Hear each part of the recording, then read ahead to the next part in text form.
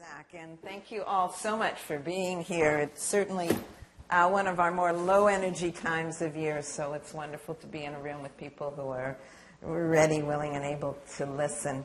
I had a wonderful launch on October 3rd with two of my colleagues, Linda Svensson and Annabelle Lyon, and it was a terrific event. It was, however, much more party than reading.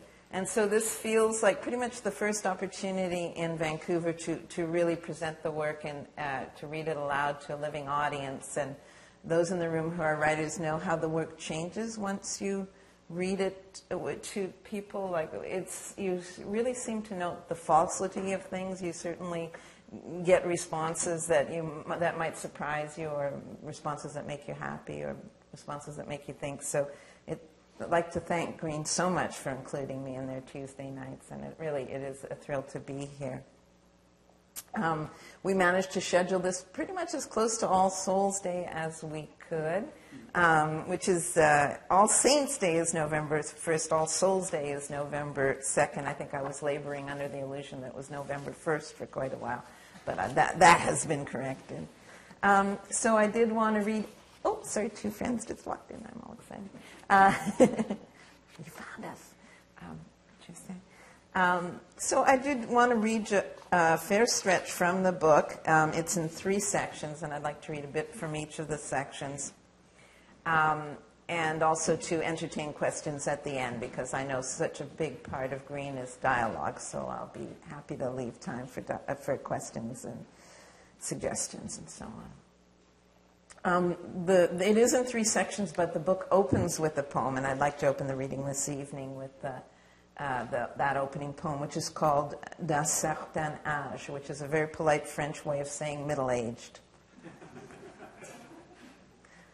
The poem wakes you at 7 on a Sunday. You want to sleep. It's been a tough week. Who knows how long you twisted in your unsatisfactory bed after switching off the TV, the light, at midnight. You thought all the poems had grown up and left home. You didn't expect to find one putting its little hands on your face. One of the thrilling things about teaching in the creative writing program is that I'm surrounded by people who are mostly working towards their first book, in some cases working towards their second book, having produced a very fine one. I'm looking at you, Karen Steinke. But there is this excitement about becoming a published author, moving from the aspiring to the accomplished stage. And then so many have gone on to do that, which has also been wonderful. But one of the things I do try to convey is that it's not just the first book that you have to write. You have to try to conduct your life so that you write every book that you need to write, and that you don't write any books that you don't need to write. And it's an altogether different, well, not altogether different, but it is a separate task from getting that initial, moving across that breach, and something that is fraught and fascinating. And so that first poem there reflects on that. As my press release says, it is 8 years between my last book of poetry and this one. But I did get, as a friend told me, we've heard you've been distracted by a novel. And I certainly was very distracted by that novel, as well as a bunch of other projects. So the first poem in the first section, which is called Land Claims, is called All Souls Day. Some moon, full and fall, so close it grazes the houses. The clock's gone back now, 6, and it's near dark. That moon, bright though, and the city. Cars, their lights wash by on pavement made for them. This sidewalk, its dates marked in concrete, 1977, 1992. Made for me, by someone. That someone, a soul now, perhaps, body done in earth. Winter soon.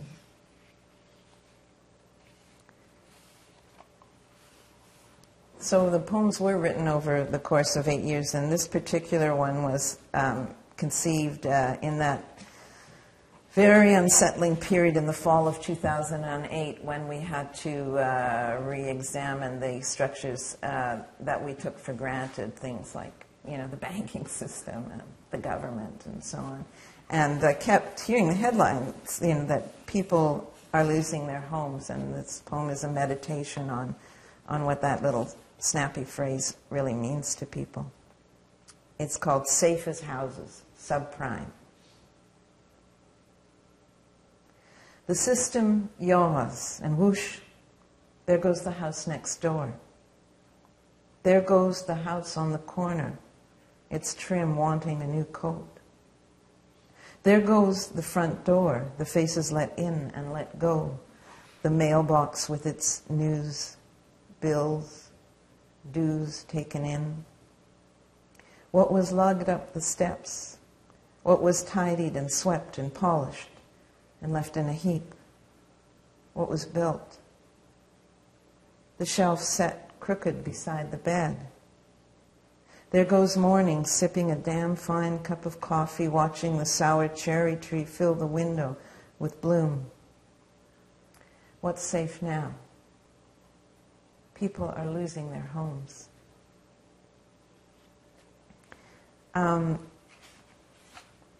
This was, I think I noticed it most when I moved to Vancouver from Toronto, which was 2004, late 2004, the popularity of the word random, which suddenly began to modify every noun, or just stand on its own. And it really struck me as, it was very noticeable. So at first no one was using it, and then suddenly everyone was using it. Or not, it was more, people in their teens and 20s. But so I wrote this little poem as a meditation on that.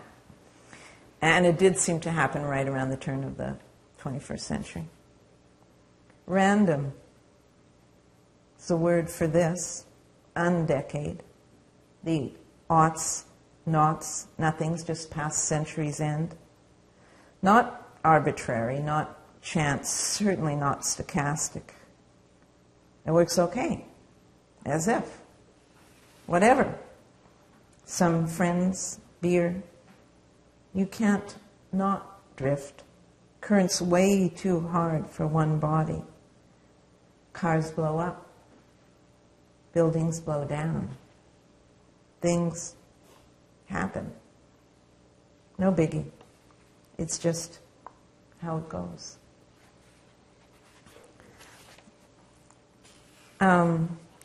This is a longer poem.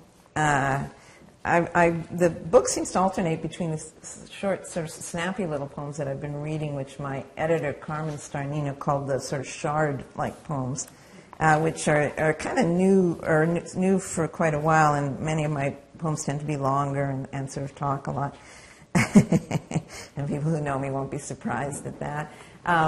But this one is one of the longer ones, and I'd like to dedicate it to Elizabeth and Henry because it took place on their farm, and they're here today. It's called Breach. In borrowed wellies and denim, I make my way through crisp stubble to where I'm at once embattled, stomping outrigger brambles, my thick jacket plucked by thorns as I go for the hidden shine of those globes within globes, the darkest purple going black. I pick away amongst and between and think suddenly about the deer, whose path, in fact, I'm following, who haven't boots or jackets, or, for that matter, hands, their daft, tender lips, tongues wanting the same berries I do. What drives them to sweetness like this? I'd rather think of them feeding poetically on roses and forget briefly that roses also have thorns, and forget also, and then remember what the deer did last summer to the garden just past this field, when it was its most lavish, having found a breach, greedy, taking the saplings, the roses, hydrangea, taking to what they wanted, they destroyed.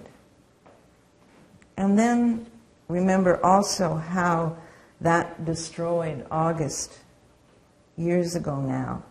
I went by myself because nobody else wanted to, though I wanted them to.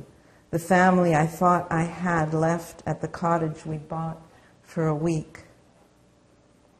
I was on the hunt then, too, blueberries this time, and went further than I ought into the thick brush by the lake, though it was clear the bears had been there before me, all the bushes empty, and not so clear they'd gone, or gone far. 3 green blueberries clinked into my basket, and I had nothing. I gave up, sloped back to the dirt road the county had cleared, and there, a green wall by the ditch, thick, burdened, rich with blackberries. So everything was just in reach. Nothing I'd hoped for, more than I wanted, than I had need for, everything. And today, what drives me, who could stroll in sandals half a block down concrete to the grocer's and buy all I want? What makes me want what is just out of reach, drawn to difficulty, sweetness? What makes me reach for you? I didn't expect that to be a love poem, but it did. So while I've got you in the longer poem groove, I'll read 2 more longer ones. This one, they're land claims, and I am trying. The section is called Land Claims, and I am trying to take a variety of approaches to contemplate the claims that we make on the land, and how our various kinds of hunger, the effect that they have overall. So this poem, and I apologize to those many of you who speak French better than I do. I have such an awful accent. It's called Le Temps de Cerise, which means cherry time, for the Americans in the room. Sorry. And there's a very famous song as well. But it sprang from hearing about a book that I refer to in the poem. The author is Alan Wiseman, and the book is called The World Without Us, where the author imagines what would happen to a world without humanity. So that was one of the triggers for the poem. Le Temps des Cerises. Massacre in my kitchen. The counter spatter in carnitine, my hands bloodied with the juice of cherries, splayed, gutted, for dessert at a friend's. My fingers dyed a red that keeps in the fine creases under the nails through the next day's breakfast, lunch. I tremble to sacrifice none of this, even though the cherries, local, organic, spoke to me, insisting on their innocence, the plump, burgundy wholeness of them. I didn't think to spare them, never do. Not them, nor the shrimp I cleaned for my son's homecoming dinner, each shrimp life given up, given over to our celebration. Deeper into that same night, I hear through my open window close someone else's baby cry. Such grief, and nothing will ease it. Not the breast or rest or warmth or darkness or light. Nothing will ease it forever and ever, or for the long moment till all is well and silent. We can't help ourselves. Who wouldn't trade their own child's comfort for another's harm, another child's harm? We can't help ourselves knowing it's wrong, knowing there would be a remedy if we wanted it. Now someone has written a book I won't be reading about how the earth would do without us, rewriting not the past, airbrushing Trotsky out of the Stalin snaps, but the future, a projection sans projecteur. It's getting hotter. We're starting to agree we've fucked it up. The review says the author has visited fresh ruins, a city abandoned only decades, And it's easy to foretell. Bougainvillea purpling rooftops, the small fingers of roots diligently rubbing out difference. No inside, no out. To some, perhaps it's comforting to think of the earth scratching at its ear, good dog, and us no more than fleas in its coat, a good scrub, a sprinkling of powder, and all is well again. None mourning our self-massacre, not the cherries gone wild, the gleeful shrimp gaining all we consumed. He imagines furthermore humpbacks releasing their arias without contest, butterflies sculpting air. I don't want to. Useless though my own life has seemed to me at times, despite cherries, despite friends, I want this curious project to continue, our certain hunger, our subtleties, our complicated contradictions. The aria is less necessary to me than the way a mouth is held, the look in an eye that engenders them. Though my own evaluation of the human is that, as the song goes, you can't have one without the other. And so another poem in this vein, another slightly longer poem called The Gardens of the Antarctic. And I'd like to thank Sam for giving me the idea. My partner Sam is here as well tonight. So it's a vision of climate change such that the Arctic is no longer white, but kind of green. This is the poem that hasn't been written yet, the one about the garden propagating itself, untended, tinting what was 5 million miles square of white once, green. Not the simple ecosystem of survivors it was, among the stone shoals of moss, thin lawns of hermaphrodite bryophytes, pearlwort thickening to shelter its minute pale yellow trumpet flowers, eking rootlets into the chinks and pores of sandstone and granite. Wingless, eyeless, gregarious, sprightly springtails, not bugs but dry cousins, perhaps, of shrimp, abounding on scree slopes. Microscopic moss piglets rumbling a slow stroll through lichen. Predatory mites. Not the spare biosphere we have and are unraveling. Remember those elders of the other pole, the 20th century, the seismic intrusion into their consciousness, their landscape of a bumblebee? Next to final notice for that ice. Who will be astounded by the soft rise of what seem like groves drawing from a soil that grew itself from penguin guano, from the crocodile-esque teeth of thin, articulate bones of ice fish? Not yet a canopy of tree ferns, Amazonian bromeliads lodging their small frogs, salamander, snails. No orchids amid kapok trees, stern and sacred, their buttressed trunks 10 feet across, 200 high. No prickly yucca, spiders the size of baseballs. Something we can't quite picture, something like shrubs, their lonesome angular branches reaching into a blur of sky, vaguely pregnant with dwarf fruit, round, red, the evolutionary echo of a pip that drifted south, bobbed on growlers, the swallowed pith of an ancestor rounder, redder. What fruit falls among meadows of hairgrass, housing the bones of whaling stations, the pink tatting of their bloom frayed, their blades scabbed no longer with indigenous midges, but with alien species, things that slide, that are swift and ragged, rusty amid that green and armored. And although they may blossom, may in their own turn alter the air with their breath, though they may be beautiful, this is the poem we won't be here to read, the one we wouldn't wish to. And I bet there are scientists in the audience, since it's Green College, and all of those ecosystems, the moss piglets and all of that, they are real things that exist now, and I've got little notes on them at the back of the book. So I didn't make them up, fantastical though they may sound. So I'd like to skip over now to the middle section of the book, which is called Bridge.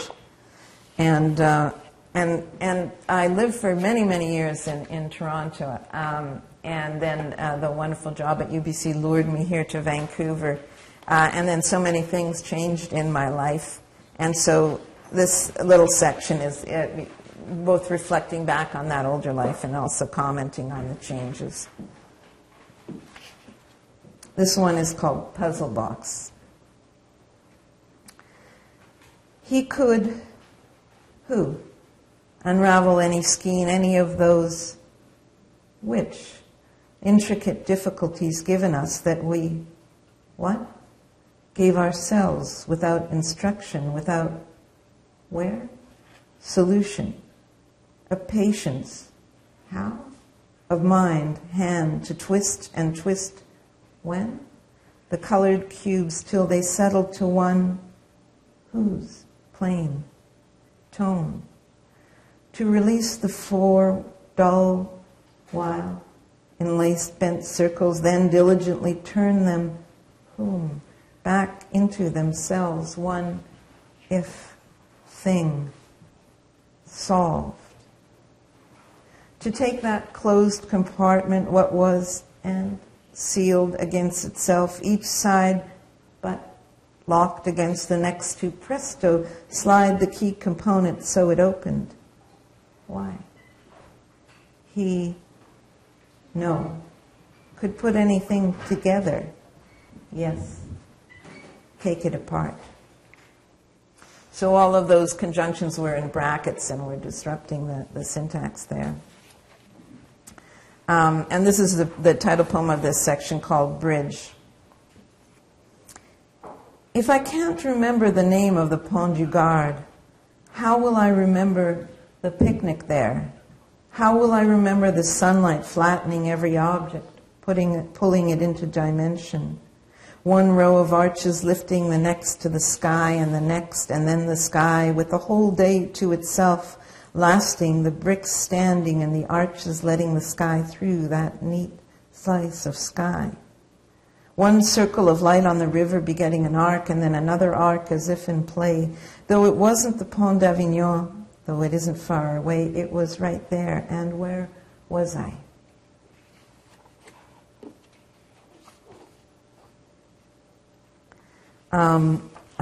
I have to read the Leaving Toronto poem. Are there any Torontonians in the room? Okay, this is for you guys. And it is a sincere love poem, even though it might not sound like it. And this was as I had gotten the job here and was packing up and contemplating leaving what had been so much my home. I'm such a sorry mess, I'll miss it. I'll miss the traffic, the exhausted diesel fuming from trucks past my bedroom window, the bad drivers, the rude, the witless drivers, the one who honk as the light turns red. I'll miss my busy friends, even the ones I hardly see, the ones who send me only Christmas letters, the ones who don't. I'll miss dog turds rising from the black melting ice. We'll miss computer spam, fax machines that smudge only the important words. I'll miss its second-rate world-class status. And dufflets and doonies, all the bars I could drink in, now they've banned smoking. I'll miss my house quaking in the streetcar's wake and the valiant dandelions and the grit I wipe from the windowsills daily. I'll miss the spent needles and condoms in the playground, the black squirrels chomping my crocuses.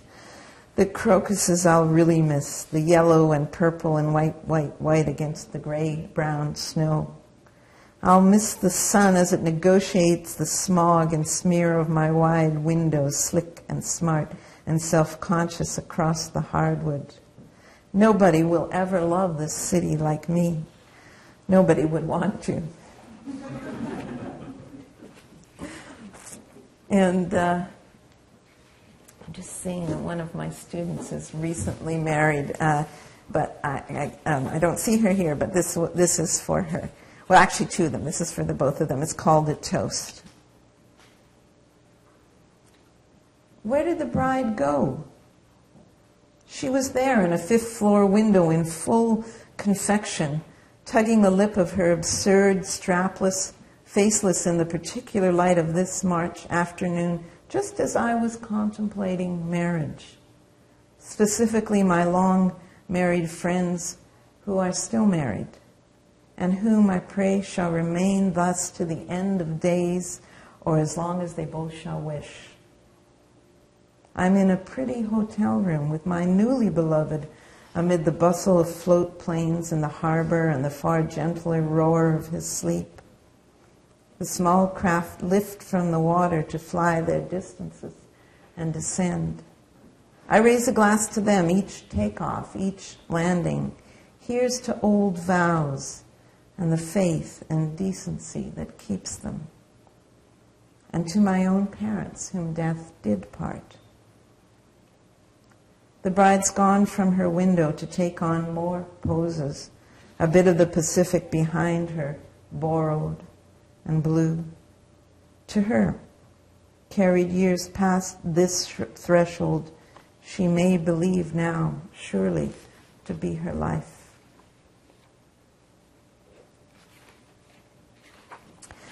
So on now to this last section in the book called Family Dinners. My family, that was for you too, Sina, the toast one.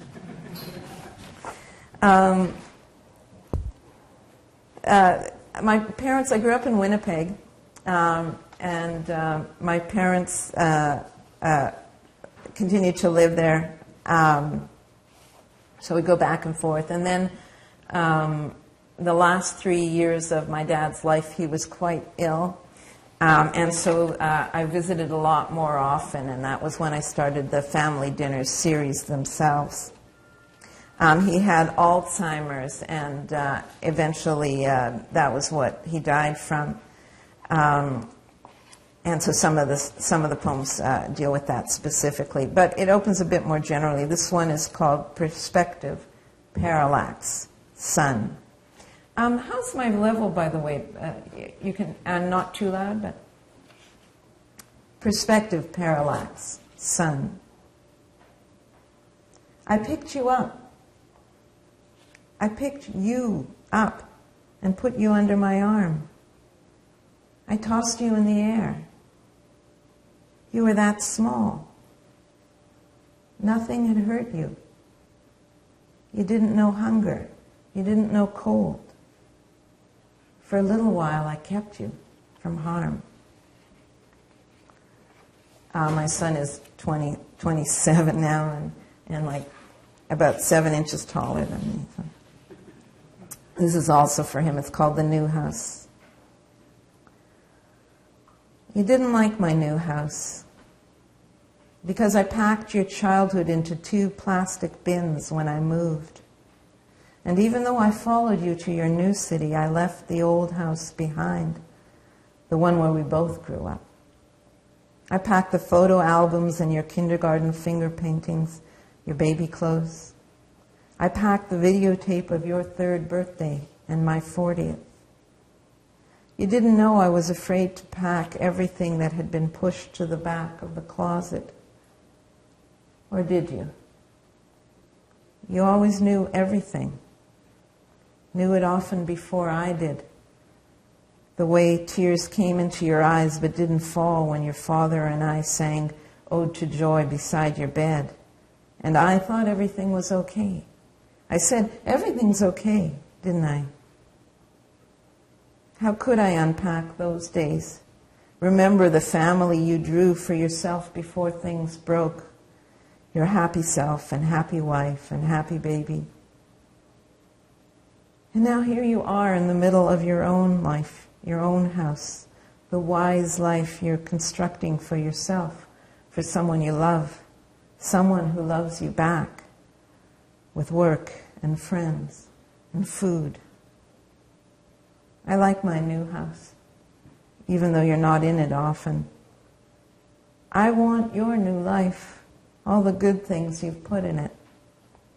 Maybe I have one too. What can we do with the old life but make ourselves a better one?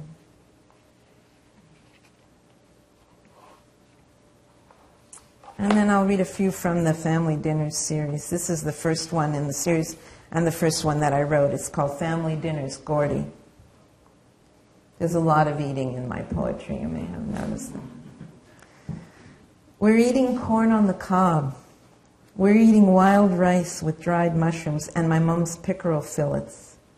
And we're remembering Granite Lake, whose water let us see down to those wave patterns in the bottom sand, the shadows of the ripples on the surface, playing games with the solid ripples below. I see my small feet, tanned toes. My mother cooking breakfast on the black wood stove. The outdoor biffy, the canoes resting mysteriously upside down and dry in the boathouse. The Smith boy, my mother asks, the one with hair so blonde it was white. What was his name? Gordy, my dad tells us. And then we all remember the sunny afternoon he drifted out beyond his depth, his white crew cut sailing above the stiff orange life jacket, that perfect boy. And his dad ran the length of the dock, dove off, and my dad tried running young and strong through the shallows, but the water held him back. It felt like claws, my dad says. I see him running, see the fierce stroke of Gordy's dad's arms, the slow, thick horror of it as both men worked to keep the boy from something terrible. All our mother's warnings condensing, their dread precipitating to the long seconds we stood and watched the sun and the dock and the lake. All our mother's warnings, their dread, tipped over because it was fine. They got him. He never went under. It was always fine. Didn't we, years too late, find the weight on the shore leafing through comics, the necessary 2 hours after breakfast, after lunch, as we went brown and browner so we wouldn't get cramps, drown, was all hooey. They were such a tragic family, my mother says, forking me some of her pickerel. They're floured and pan-fried, sweet with onion, and she's had enough. The sentence lies on the table in front of us. I don't remember that part.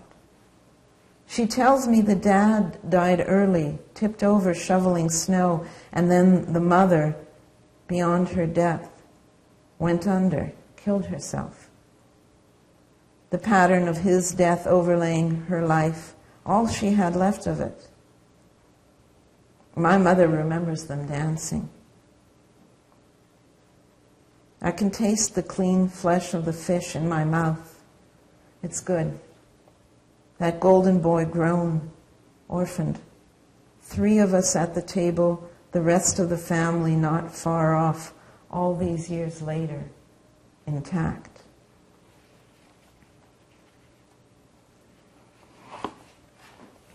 So I kept coming and going back and forth between Winnipeg and Vancouver, trying to help out those of you with parents who are aging or grandparents that are at a distance know the tension of trying to be there as much as you can while meeting obligations and using up all your aeroplan points and all that juggling. So this one is at this stage when my dad was beginning to deteriorate. It's called Family Dinners Harvest. The garden's gone wild. What a summer, rain and cold. Now, in September, we get July. I haven't been home since June, and all I did then did nothing. I wasn't here to help. Yanking late weeds in the heat, I can think only waste, ruin. But my mother thinks otherwise. She did what she could do, has what she has. Everywhere weeds, yes, but also Johnny jump-ups, Christmas roses, calendula, bachelor's buttons amok among the beds. impatiens, begonia tidily abloom in their boxes. Tomatoes my sister gave in spring as seedlings, greeny still, but beginning to grow rosy. We'll take them in before frost. Peppers just now fattening, patty pan squash plump, ripe, yellow, rhubarb waving by the back fence. Nobody noticed when the tree by the garage came down. The gift of the neighbor's elm kept the kitchen window filled. Come spring, my mother will sod the garden over. It's too much work. I know. We decide to try a new recipe, chutney made of the humblest ingredients, rhubarb and onion stewed 3 hours till it comes to an unrecognizable rich darkness. We make a meal with what we've got. Ripening tomatoes, pepper, steamed squash. My mother's chicken spiced with the new chutney. We make a meal, the three of us again, me, my mother, my father with his cane gentling himself into his chair. The three of us still. And this one is called Hunger. I have your voice today on the phone, and you somehow threw it, though words aren't working for you well. You lose my son's name for a minute, find it. I have tone, the music of what you are still to me.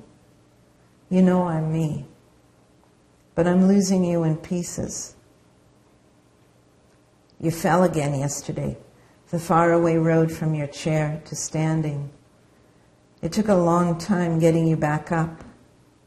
Balance going, something with your heart perhaps, the doctor isn't sure. They're upping the meds. Your balance going, your mind letting you down. You know and don't know. Tell me joking, not joking. You're not worth much. You're stupid. It's not true. Though we're garbled now. Though nothing will keep you. This is a short little one. Family dinner, Spanish rice. Unit 311. From his fluorescent niche near the sorrowful eye of the nurse's station, cinched by the tray of his jerry chair, a clean white terry bib the length of his chest, my father offers a courteous spoonful.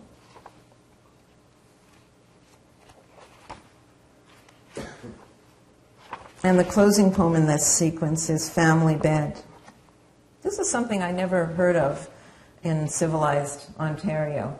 The whole notion that you would take your screaming infant into bed with you. And I have to confess, I was like, what are you thinking? So it comes from that. Family bed. Never heard of it. And when I did, I sniffed and snorted. I like to keep kosher. Milk safe from meat, sleep from being woken, babies from their parents' business.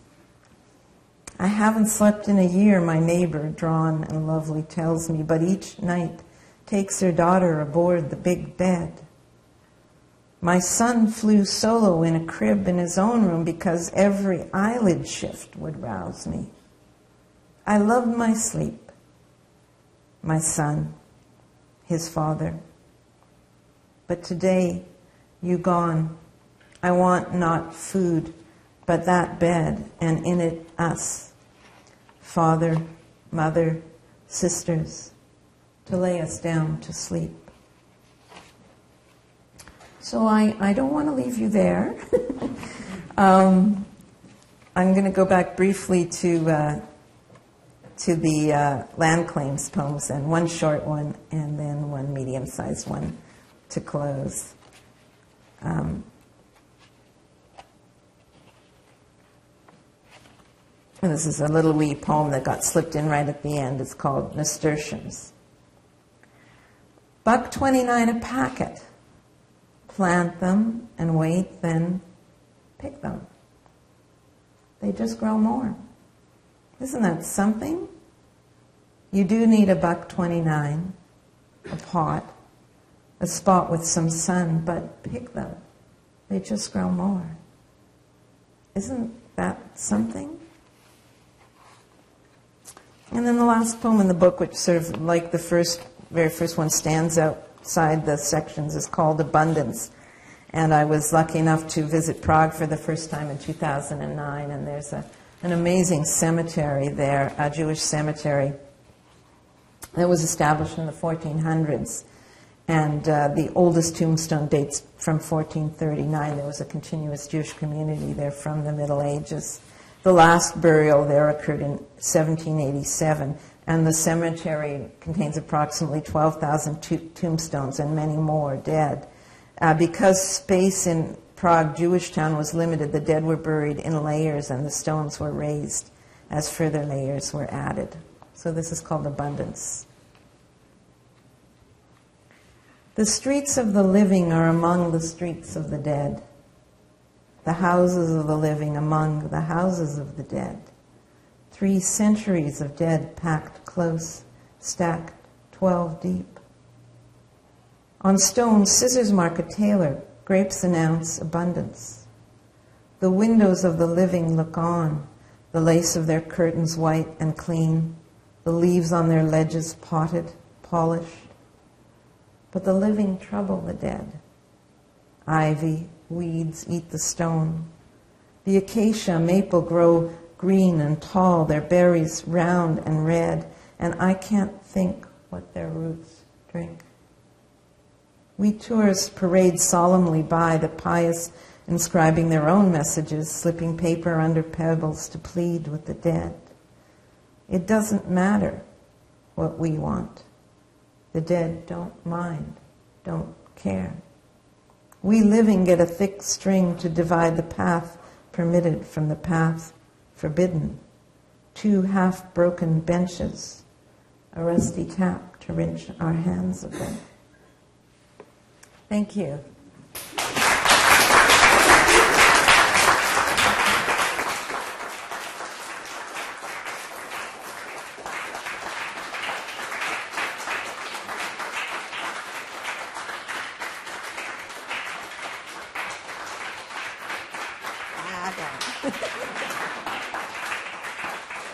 You're very sweet. Thank you so much. So if there are questions, and you know, I'm happy to cover any topic. It doesn't have to relate specifically to the reading or the poems. I mean, any professional topic. Don't ask me about finances, okay, guys? You don't want my advice. You write in rhyme occasionally, just for fun? I have a good ear for rhyme in terms of have a good ear for meter. I've written one children's picture book in rhyme and meter, but I haven't found a publisher for it as yet. And I have been neglecting it because I've been. BBC Press. I don't think they're doing picture books now, but I've got some form poems in it. I've got a lot of internal rhyme, and I've got some forms that are sonnet-like, but not quite sonnets. And I didn't read you. I did write my very first. Thank you. Yeah, my very first Villanelle. Yeah, I was trying to remember what it was. Oh, well, I'll give you a private reading. So, You're time. You should read it. I've never done an encore before, guys. Okay, I'll read it. So the Villanelle, it doesn't have end rhyme, but it's got a very specific structure where you repeat certain lines. Where did it go? Did somebody take it out of the book? The editor made a last-minute decision. Oh, there it is, page 40. We didn't go back and forth on this one. We went back and forth on a lot. So this one is called Jacob, and it relates to the Old Testament story of Jacob wrestling the angels. And I'll just read you the little author's note. It's just a tiny little section in the Bible, but in Genesis 32, verses 24 to 27. So here's a little bit from Genesis. And Jacob was left alone, and there wrestled a man with him until the breaking of the day. And when he saw that he prevailed not against him, he touched the hollow of his thigh, and the hollow of Jacob's thigh was out of joint as he wrestled with him. And he said, Let me go, for the day breaketh. And he said, I will not let thee go, except thou bless me. And he said unto him, What is thy name? And he said, Jacob. So it's quite a famous little passage, and I first encountered the Old Testament as a little girl, and it really very much struck me, and so that story has stayed with me. Jacob. What angel were you wrestling at night? Those hours I thought we owned. I told myself I'd bless and bless you, and you'd take it as surety, that bed we made and lay in. Take it as your due, for wasn't I your angel to wrestle in the night? You didn't know. What was it you had? What was it you wanted? Blessed and blessed again, it took too much. Ours became the bed you left and came to. Perhaps there was some other angel to wrestle nights. I didn't know. Why not? There was a snag, some stone within you couldn't roll aside. To bless and be blessed, and then be taken in. Was it I who wrenched your thigh? When I asked at last at daybreak, you couldn't say your name. If I was the angel you wrestled in the night, though I blessed and blessed you, it didn't take. Ooh, that's a little hard to read. That's why I skipped right over it. Further questions? When you write your poems, I'm asking maybe a similar question. Do you write with the intention to turn into a song, or you don't, or you just... The musicality of the poems is really important to me, and for many years I would read my work aloud. I had to develop my ear in terms of hearing things. Whoops. And I think, well, some people are gifted with that right away, but it took me quite a while, and I still read them a lot. In fact, I used to tape record them and listen to my voice to be able to hear them better. So the musicality is really important, and I do use a lot of alliteration and assonance and consonants, and try to bring as many musical qualities in. And I try to be, I've got a couple of prose poems in there, but I try to be very conscious of how the line breaks set the rhythm in the poem. So, nothing has ever been set to music. It would thrill me if it were, but I don't think of it as primarily lyrics. I do think of it primarily as existing on the text, text existing on the page. So. Do you have any suggestions for people in terms of training yourself to hear the sounds of the works in terms of writing? I think that reading aloud to yourself when you're alone is very good if you're as tone deaf as me. Recording, of course, you can do that so easily now on your computer, right? You don't need a little tape recorder. And then maybe if you have a friend that is also working on those aspects, and because as I was saying, everything sounds different when there are living people in the room, right? So it's so good to have an actual, real audience there.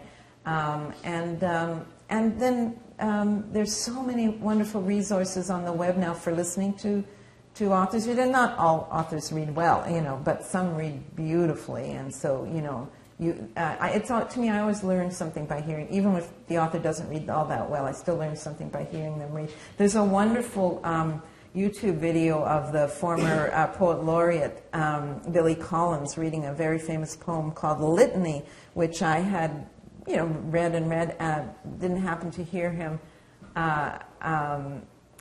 read it aloud ever. And I was convinced it was a sincere love poem, but he gives this introduction about that it's a satirical love poem, and he reads it with quite an edge initially. And I think it does segue into sincerity, but it was really fun. It was just a revelation to hear him read it and to hear his...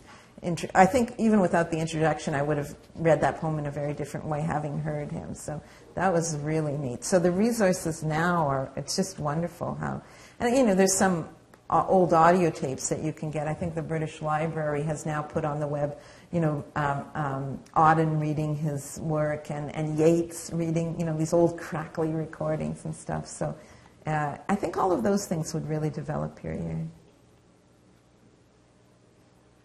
Yes, Actually, I have two questions. So the first question is for the poem, the puzzle box. And it seems to me that it's like every distracting question is like another person talking to the narrator. So I wonder, when you wrote the poem, did you imagine two people talking to each other, or like a person, a monologue, and then just like in a voice? And then my second question is that actually I read one interview on your personal website before coming here, and you said that when you were young, you immerse yourself into reading, and then sometimes you just cannot stop and just forget about the dinner. So my question is that, as a poet, do you immerse yourself into the writing, or you just wait for the inspiration to come? Thank you. Oh, those are excellent questions. And I'm so glad you asked about the puzzle box poem, because as I was saying, those conjunctions, the who, what, when, where, are in brackets, and I actually wrote it without that initially. And it was just this, and it is a sonnet, actually. It doesn't have end rhyme, but it's a sonnet. And, well, it's a sonnet-esque like thing. And the editor, Carmen Starnino, who was so helpful, said, this poem isn't troubling enough. It's a very troubled poem, and I want you to trouble it. And I remember being a little resistant, like, oh, that sounds too hard, how am I going to do that? And then just came up with that idea of, because the subject of the poem, the person's behavior, was a puzzle to me, even though they were able to solve puzzles, to trouble it by putting in those little bits of grammar that had no place, and that also did seem to propose questions. So that was an very unusual origin for me. Although, I mean, the experience with this particular wonderful poet as an editor was extraordinary. And the other question about immersing myself in my writing, it's... I think I was telling another audience, I'm not the most fun person to live with, because whenever I'm not teaching, I want to be writing. You know, it's like, let's go for a holiday, or let's go for a walk. And you know, I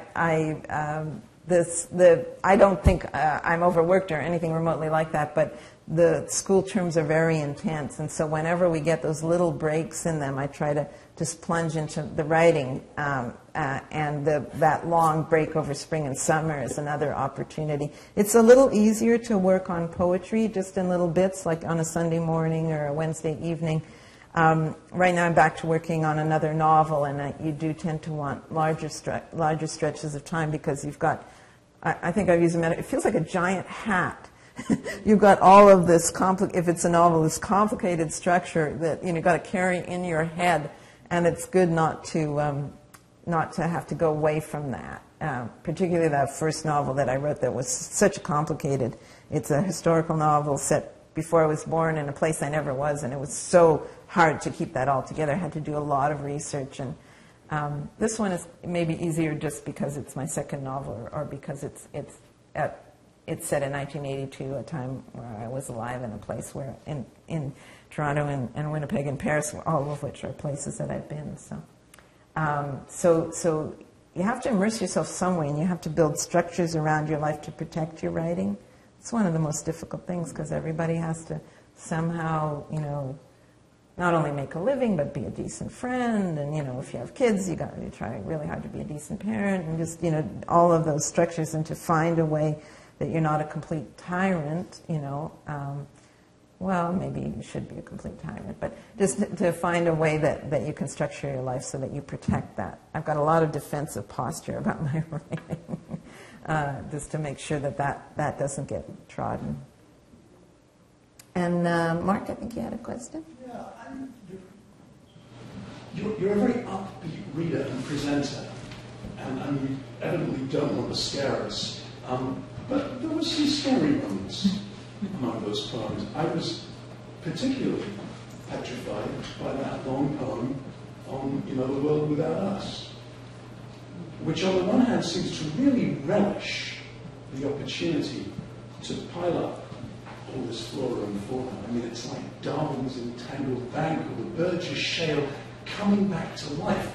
I mean, it's super abundant and thrilling, but really scary, because it's all going on without us, all of that life bursting out in our absence. It occurs to me that the book of poems is a bit like that. All of those life forms, all of these super complex, evolved life forms in Villanelle's sonnet-esque poems, but all of the life, poets' lives, the life of the people that the poet has known, sooner or later, is all going to be gone. And this is the business. How do you know that?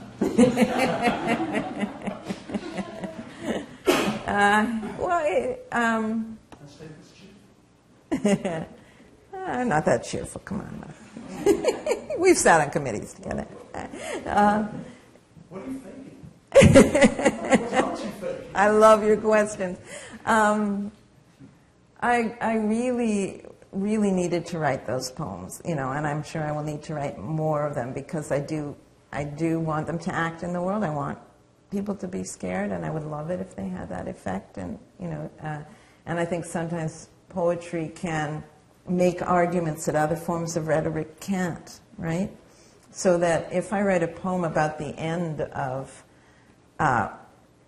the complete disorganization of our current biosphere, and if I evoke the gorgeousness of it as it is now while I'm describing its dissolution, I think that's something that poetry can do. And that one's, just in terms of the origin, that one, I think it was Carmen again, and as well as my partner Sam, that said it has to get bigger. It was kind of a schematic, this is a poem that can't be written or won't be written.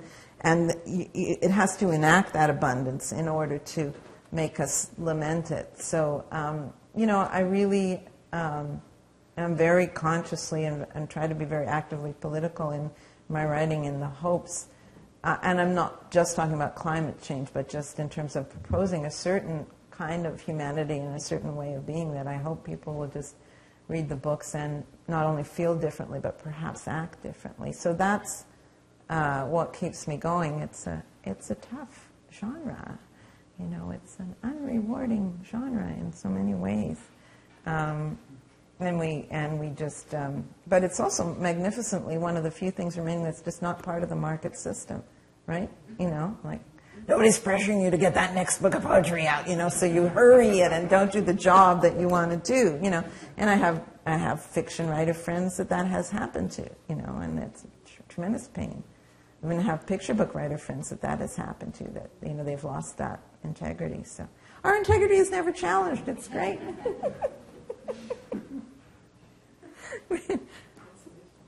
The consolation prize. Sandy? Could you talk a little bit about how you found the editor, who you liked working with, and how you work with the editor? It was wooing back and forth. I've known Carmen Starnino since he was a pup, quite literally since he was in Sejep. And he took over Vehicle Press, my publisher, when he was in his mid-20s. And at the time, he'd already published a book, and he took over the editing. He just seemed like way too young. And I stepped away from Vehicle for a while. And then, surprisingly, after about 10 or 12 years, he's no longer 24. And I've been following his work, and he's very well known as a critic as well. So and I did still, it's funny when you meet people when they're 16, you still have this fondness for these great teenage kids, and I think there's always been kind of a maternal kind of thing. So he took a couple of poems for a magazine that he was then editing, and so he clearly was liking the work, and I wrote him, and I said, would Vehicle consider this? Should I send it to you? This book has to come out within a certain framework. And he was like, yes. So that was really nice. And then he got me a contract quicker than I've ever seen anybody get a poet a contract. So he was really, really obliging. But so whereas I had huge respect for him and I liked him a lot, you never quite know how the process will go. And he was so tough and so positive at the same time, something I try to do with my students, right? Like you really felt he would not let anything go, and that's a great feeling, and he seemed to, really dive into what was going on in the poems, and so it was an amazing experience for me. I feel so lucky, and it's rare. It's really rare to get that kind of editing experience. Publishing houses tend to be a little hands-off with poetry. They're most hands-on with creative nonfiction, a little bit more with fiction, especially a little bit less with fiction, but there's still, especially if there are market issues where they want to shape it in a certain direction, and then with poetry it tends to be pretty, don't want to touch it. So I really wanted, especially, it's 8 years now that I've been a prof here, and you've got to have the shoe on the other, you've got to experience what it's like to sit on the other side of the table there, because it's not good to always be editing and not be edited. So it was amazing. I will thank him to my dying day.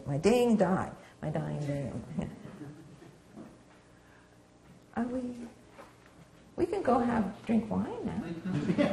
Let's go and celebrate Rhea's 7th collection of poetry over the way and resolve that we will have her back, if necessary, before the 8th is quite ready.